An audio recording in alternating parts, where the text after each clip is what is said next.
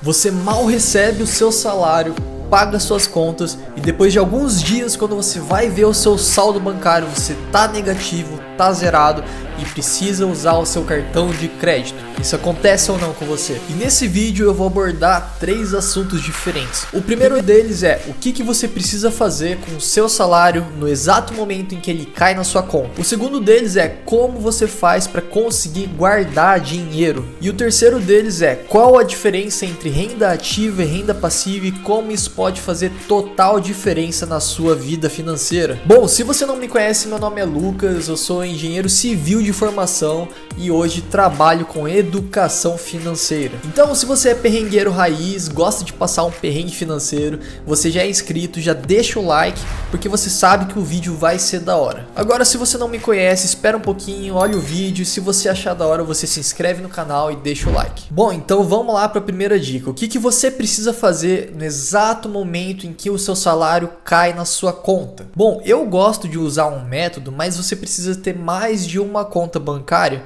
Você pode abrir conta nesses bancos digitais mesmo, como por exemplo no Nubank, C6 ou até mesmo no Inter. E cada um desses bancos vai ter uma função na sua vida financeira. Basicamente vai funcionar da seguinte forma: um desses bancos vai ser para pagar os seus custos fixos.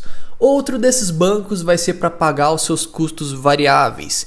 E o terceiro banco vai ser para os seus investimentos. E para esse método funcionar, você vai precisar fazer o seguinte: senta sua bunda na cadeira, olha o seu extrato bancário e faz uma lista de todos os custos que são fixos, ou seja, que você tem que pagar todo mês. E eu vou te ajudar a começar. Você tem que pagar aluguel, você tem que pagar energia, internet, conta de água, supermercado e transporte, caso você não faça home office. Além disso, tem os custos que algumas pessoas têm, como por exemplo, tarifas de mensalidade bancária, a anuidade do cartão de crédito, academia, mas aí vai variar muito de acordo com o seu estilo de vida. Então, senta lá, coloca tudo numa planilha, coloca tudo num caderninho e soma o valor desse montante. Agora vamos dar um exemplo para ficar mais claro. Suponha que você ganha R$3.000 mensais e depois de você ter feito a sua lista, você chegou à conclusão de que seus custos fixos somam R$2.000. O que você vai fazer? Assim que você receber o seu salário, os seus R$3.000 no nosso exemplo, você vai pegar R$2.000 e vai jogar para uma conta de um desses bancos que a gente falou anteriormente, que vai ser o seu banco para pagar os custos fixos. Dessa forma, você vai garantir que todos os seus custos fixos, todos os meses, vão estar pagos. Você não vai mais atrasar aluguel, não vai mais atrasar a conta de energia e nem nenhum dos seus outros custos. Aí quando chegar o dia de pagar o aluguel, você vai lá no seu banco e paga o aluguel. Quando chegar a conta de energia, você vai lá e paga. Tudo isso com o banco de custos fixos. Agora o seu segundo banco vai ser utilizado para pagar os seus custos variáveis. No nosso exemplo, você ganha R$3.000, gasta R$2.000 com custo fixo, sobra R$1.000. Desses R$1.000, vamos supor que você escolha investir R$300 por mês e gastar R$700. O que você vai fazer? R$700 você vai transferir para o seu banco de custos variáveis e R$300 você vai transferir para o seu banco de investimentos. Assim que você transferir para o seu banco de investimentos, você já vai pegar aquele dinheiro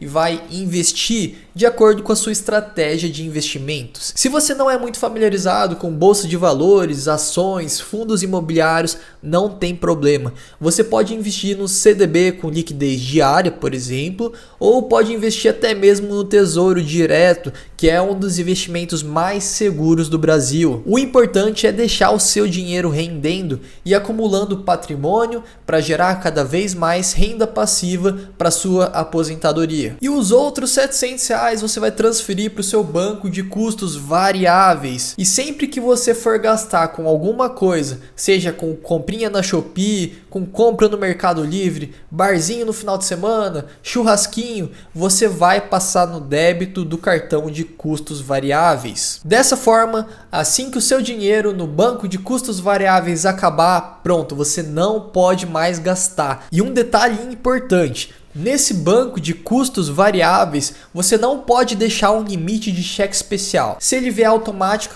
você liga lá para o seu banco, liga lá para o seu gerente e fala: ó, filhão, eu vi que tem aqui um cheque especial, eu quero tirar esse limite de cheque especial.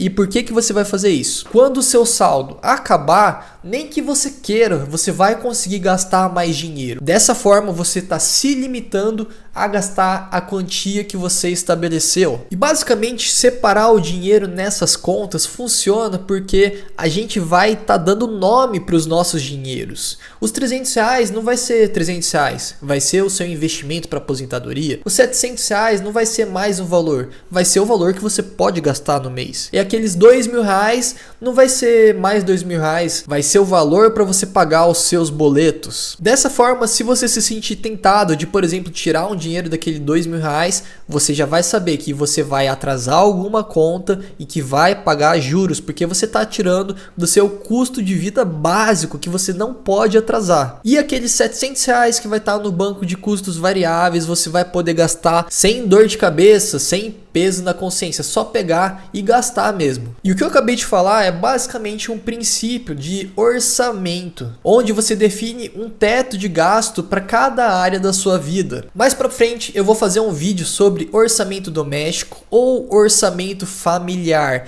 para você aí que quer organizar as finanças da sua família. Então, se você não quer perder esse próximo vídeo, já se inscreve aqui, ativa as notificações, porque assim que eu lançar o vídeo você vai ser avisado pelo YouTube. Tá, beleza. Aí você me pergunta, tá bom, Lucas, consegui organizar minhas finanças, não vou gastar mais do que posso. Mas por que algumas pessoas não conseguem guardar dinheiro aqui no Brasil? E eu já vou te falar, se você ganha um salário mínimo ou um valor próximo disso, vai ser muito difícil de você guardar dinheiro. Porque nós temos aqui no Brasil aluguéis muito caros, supermercado com preço nas alturas e café virando item de luxo, e contas de energia, água e outras coisas que só aumentam, enquanto o seu salário continua o mesmo. Então, se você ganha alguma coisa desse tipo, é totalmente compreensível que você não consiga guardar dinheiro. Mas agora eu vou estar falando para as pessoas que ganham mais de 3 salários mínimos, que ganham lá 5, 10 ou até 20 mil reais. Porque por incrível que pareça,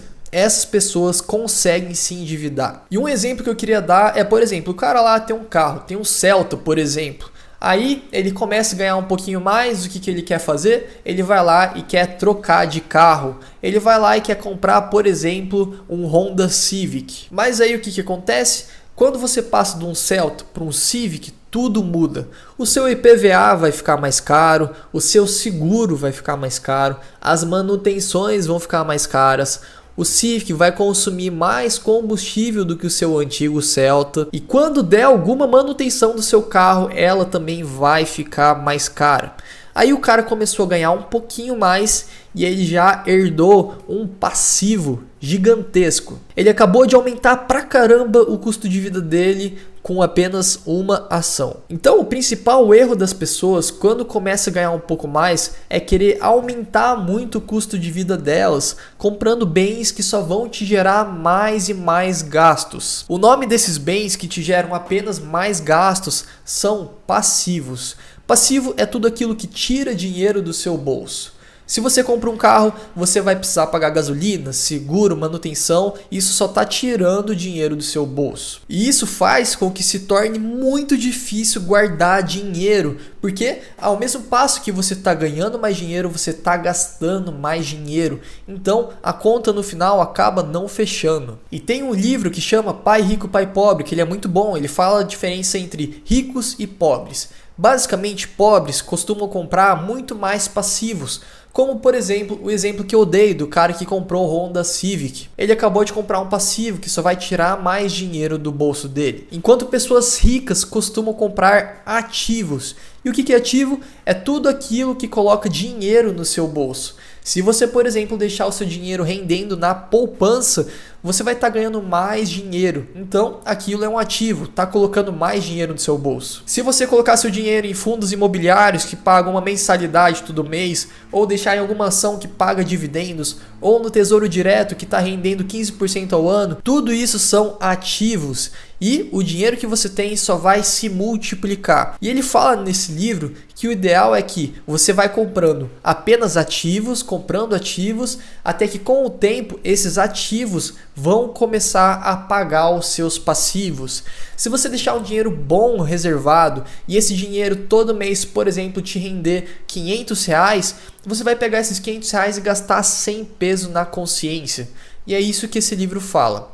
Compre ativos antes de comprar muitos passivos. E outra dica que eu vou te dar e que é muito importante, você tem que começar a investir o seu dinheiro.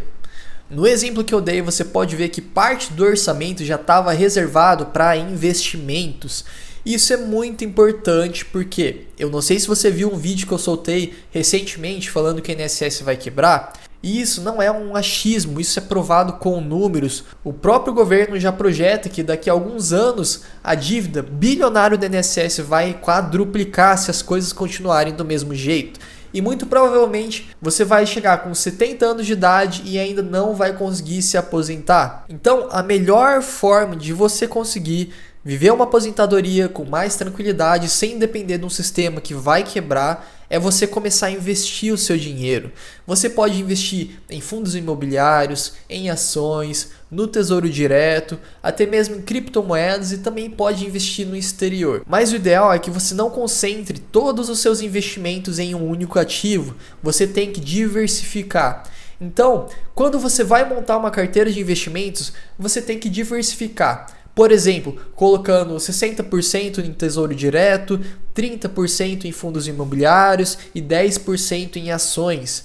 Dessa forma, o seu patrimônio vai estar rendendo de forma diversificada e vai estar protegido de um setor específico. Se em um ano as ações estiverem horríveis, não tem problema. Grande parte do seu patrimônio está em fundos imobiliários e no tesouro direto. Se em algum ano o tesouro direto estiver pagando muito pouco porque a taxa Selic está baixa, não tem problema, você tem parte do seu investimento em ações e fundos imobiliários. Então, diversificação numa carteira de investimentos é fundamental. Daqui a alguns dias eu vou soltar também um aulão sobre investimentos para iniciantes.